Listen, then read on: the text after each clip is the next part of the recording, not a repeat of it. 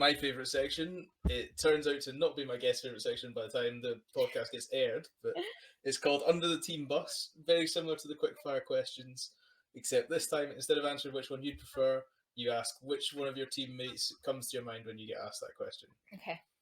So, and if you feel like throwing somebody under the bus, I'll judge by your face and I'll go, no, you need to give a real answer. Okay. So, nice and easy start on. Who's the most determined person you've ever played in a team with? Emily Nicol.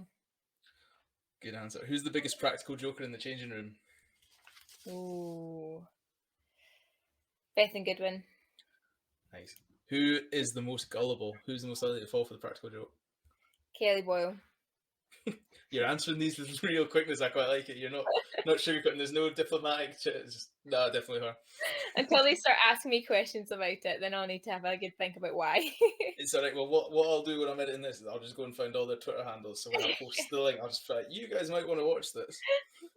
Who's most up for a night out? Who's the one that's always trying to get the team out after a big session or a big win? Gia Abernethy. Who is that? Sorry, you cut out. Gia Abernethy. Nice. That's a wonderfully Scottish name as well. I like that. Yeah, she's Australian, believe it or not. Yeah, that's the most Scottish sounding name I've heard.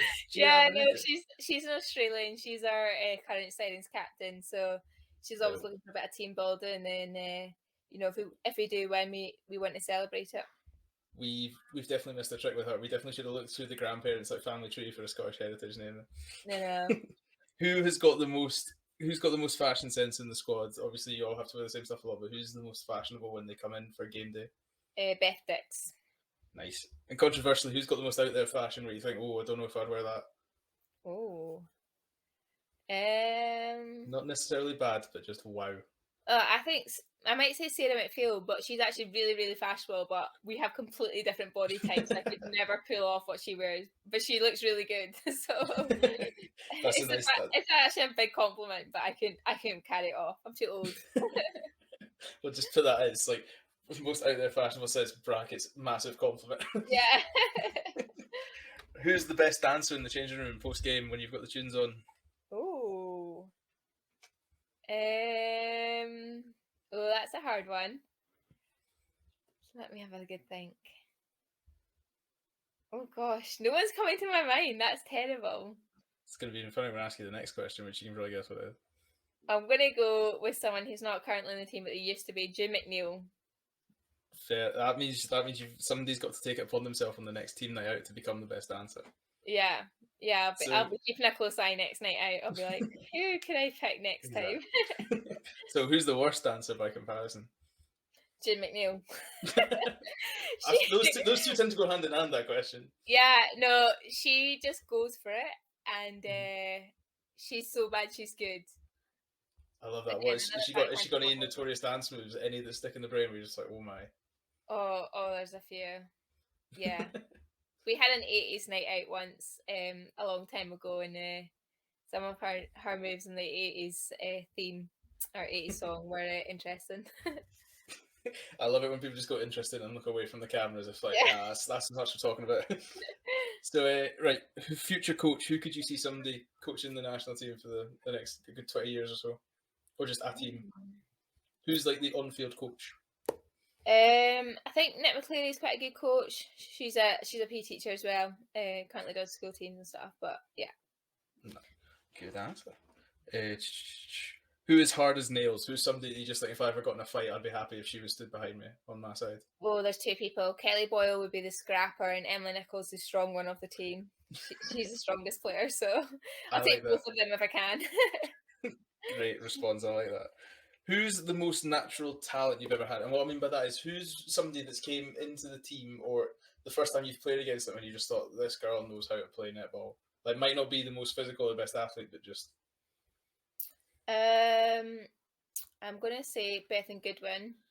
Really? She'd be surprised with that, but I've known her since she was like 10 years old, and she's always kind of stood out as being talented, and she's got some good moves on the netball court for sure.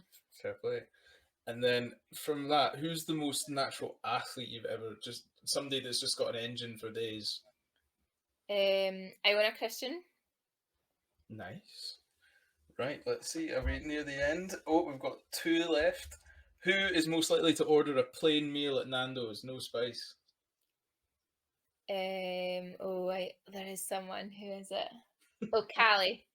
Really? Callie. Last time we went to Nando's as a team not that long ago, and she's a plain girl. Yeah. Oh no. And last one, who hogs the mirror the most after the game when they're getting ready for their big Sky Sports interview? Oh, Beth Dix. Beth Dix. Oh, well, there we go. Under the team bus. They can all successfully say they've been thrown under the team bus by Claire Maxwell. Yeah, Claire... I'm sure a lot of them will have questions after that. You'll just get a lot of people in the big group chat. They'll just be like, Claire, question mark. Yeah. Do wonder for me. It'll be nice. It means people actually watch the podcast, so we're good. And final question, Claire, before I let you get on your way, let you enjoy your downtime.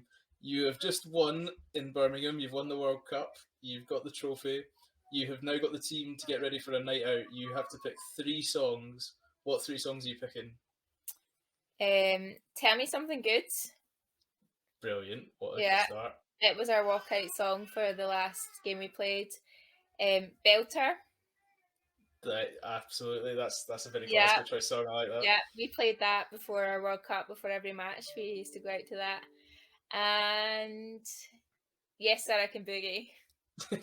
Yeah, it's the most Scotland collection of 3, and it's by far trumped anything from season 1. Yeah, everyone knows the words for them. They're upbeat. I reckon it would get It is. And I reckon as well, if that made it onto Twitter, if somebody snuck a phone onto the bus, you'd have all the Scotland players from every sport retweeting that. Yeah. That you would unite a country with that on a team bus. There'd be nothing more iconic than a team bus of people singing that after a big win. Yeah, no, I agree.